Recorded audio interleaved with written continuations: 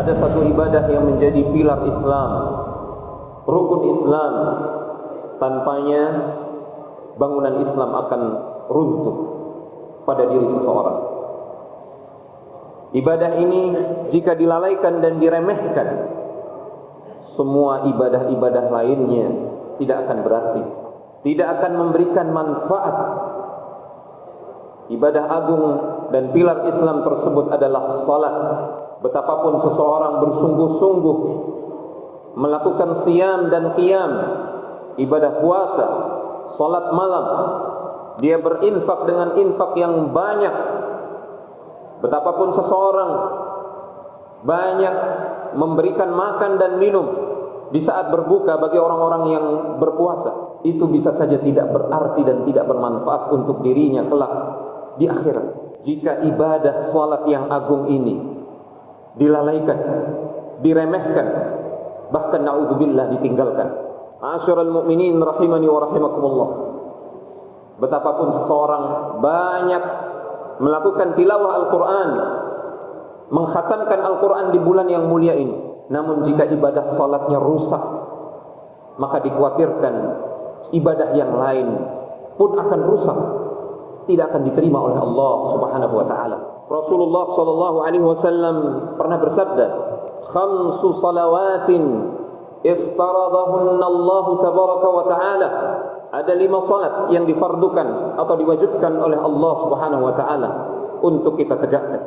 Man ahsana wudu'ahunna, siapa yang mengerjakan wudu dengan baik untuk mengerjakan salat-salat tersebut, salat-salat yang difardukan.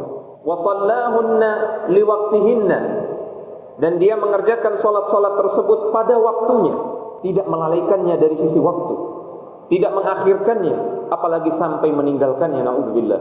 Wa atamma ruku'ahunna wa khusyu'ahunna, siapa yang menyempurnakan rukuknya ketika salat, dia salat dengan tumakninah, penuh penghayatan dan ketundukan serta penghambaan kepada Allah tabaraka wa taala. Siapa yang menyempurnakan kekhusyuannya dalam salatnya, Rasulullah sallallahu alaihi wasallam bersabda, "Fakana lahu 'ala Allahi 'ahdun", maka Allah Subhanahu wa taala berjanji, mengikat janji untuknya, menjamin dia pasti akan diampuni oleh Allah Subhanahu wa taala.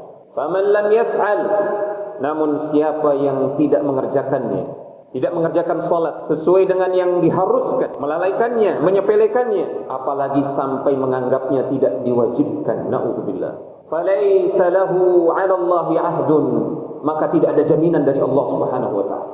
Jika dia melalaikan salat, tidak ada jaminan dari Allah Subhanahu wa taala.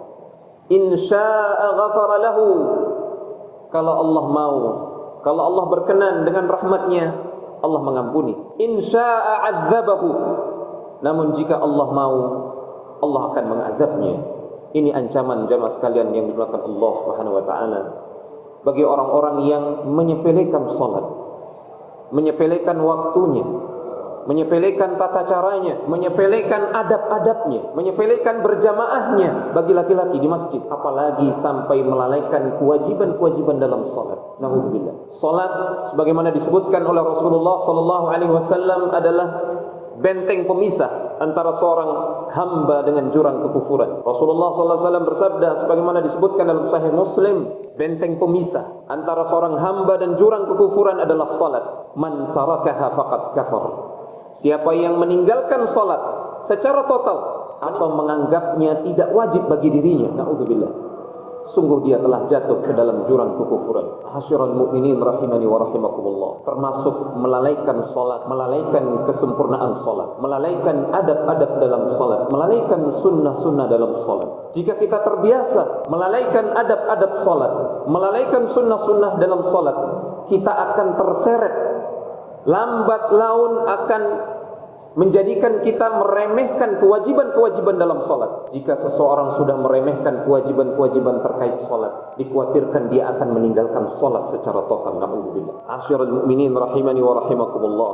Ibadah salat adalah amal yang pertama kali akan dihisab oleh Allah Subhanahu wa taala. Jika ibadah salat ini baik, maka dipastikan ibadah yang lain pun akan baik. Inna awwala ma yuhasabu bihi al-'abdu yawmal qiyamati min 'amalihi, salatu, kata Rasulullah SAW. Sesungguhnya amalan yang pertama kali akan dihisab oleh Allah Subhanahu wa taala adalah salatnya. Jika ibadah salatnya baik, rukun-rukunnya ditunaikan, kewajiban-kewajiban salat ditunaikan, ditambah dengan adab-adab salat, sunnah-sunnahnya dan kesempurnaan-kesempurnaannya, terutama kekhusyuan dalam salat. Jika ini ditunaikan, maka dipastikan ibadah yang lain akan baik, akan diterima oleh Allah Subhanahu wa taala. Termasuk ibadah puasa kita, jemaah sekalian. Kita berpuasa, kita melakukan qiyamul lail, kita mengkhatamkan Al-Qur'an.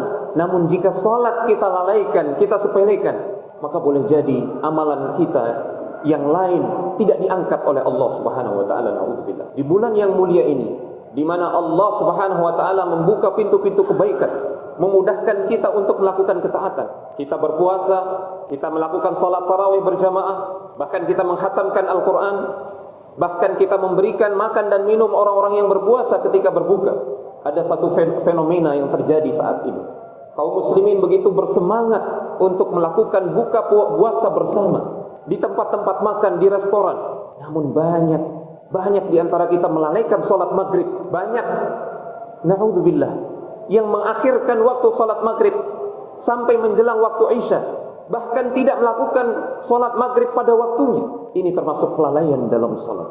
Ada di antara kita yang semangat melakukan tarawih secara berjamaah, namun salat isya tidak dilakukan secara berjamaah di masjid. Padahal salat isya termasuk salat yang difardukan oleh Allah Subhanahu wa taala, dan Allah lebih mencintai jika kita menunaikan yang wajib sebelum yang sunnah. Ada di antara kita yang bersemangat mengkhatamkan Al-Qur'an di malam hari, semangat melakukan qiyamul lail, setelah sahur langsung tidur dan terlewatkan salat subuh. Na'udzubillah. Ini termasuk kelalaian dalam salat. Ada di antara kita yang semangat beribadah di bulan yang mulia ini. Salat berjamaah, iya, alhamdulillah. Datang di awal waktu, iya, alhamdulillah. Namun ketika imam takbiratul ihram, hanya jasmani kita yang salat, namun hati kita tidak salat, tidak tunduk, tidak mengingat Allah, justru mengingat kepada selain Allah tabaraka wa taala. Ini juga termasuk kelalaian dalam salat. Semoga Allah Subhanahu wa taala menyelamatkan kita dari golongan manusia yang Allah firmankan dalam Al-Qur'an, fawailul lil musallin alladzina hum an salatihim sahun. Celaka orang-orang yang melakukan salat. Di sini yang dikatakan celaka, jemaah sekalian, justru orang-orang yang melakukan salat. Siapa mereka? Orang-orang yang lalai dalam salatnya, lalai menyempurnakan kekhusyuan, lalai menyempurnakan adab dan sunnah dalam salat, apalagi lalai terkait kewajiban-kewajiban dalam salat. Semoga Allah Subhanahu wa taala memaafkan dan mengampuni kita.